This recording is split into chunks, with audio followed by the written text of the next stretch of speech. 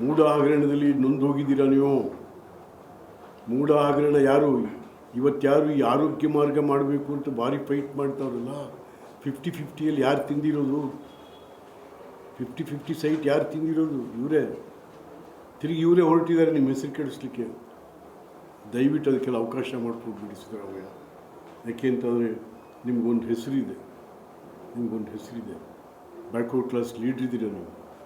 ಆದರೆ ಯಾರ್ಯಾರ್ದೋ ಮಾತು ಕೇಳಿಕೊಂಡು ದಯಮಾಡಿ ಅದಕ್ಕೆ ಅವಕಾಶ ಮಾಡಿಕೊಡಬಾರ್ದು ನೀವು ಅಂತಕ್ಕಂಥದ್ದನ್ನು ನಾನು ಇವತ್ತು ಪತ್ರಿಕೆಯಲ್ಲಿ ಓದ್ತಾ ಇದ್ದೆ.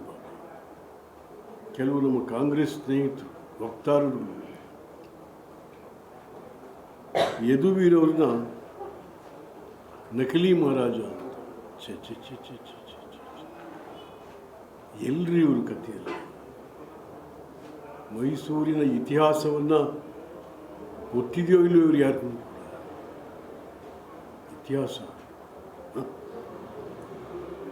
ಹಿಂದಿನಿಂದಲೂ ಬಂದಿದ್ದೆ. ಯಾಕೆ ಅಂತಂದರೆ ಅಲಮೇಲಮ್ಮನವರ ಶಾಪ ಇತ್ತಲ್ಲ, ಮಾಲಂಗಿ ಮಡುವಾಗಿ ತಲಕಾಡು ಮರಳಾಗಿ ಮೈಸೂರು ಅರಸರಿಗೆ ಮಕ್ಕಳಾಗದಿರಲಿ. ದತ್ತು ಸ್ವೀಕಾರ. ಯದುವೀರೇನು ಬೇರೆಯವರಲ್ಲ, ಶ್ರೀಕಂಠದತ್ತದ ಒಡೆಯ ನಮ್ಮ ಅಪ್ಪ ಅಂತ ಹೇಳ್ತಾರೆ, ಪ್ರಮೋದಾದೇವಿ ನನ್ನ ತಾಯಿ ಅಂತ ಹೇಳ್ತಾರೆ. ಇಷ್ಟೆಲ್ಲ ಇರುವಾಗ ನೀವು ಅದ್ರ ಮಧ್ಯೆ ಬಂದು ಏನೋ ಮಾತಾಡಲಿಕ್ಕೆ ಹೋಗಬೇಡಿ. ಅದರಿಂದ ಏನೂ ಒಳ್ಳೆಯದಾಗಲ್ಲ. ನೀವು ಸಣ್ಣ ಆಗ್ತೀರ, ಚೀಪ್ ಆಗ್ತೀರ ಮಾತಾಡೋದು.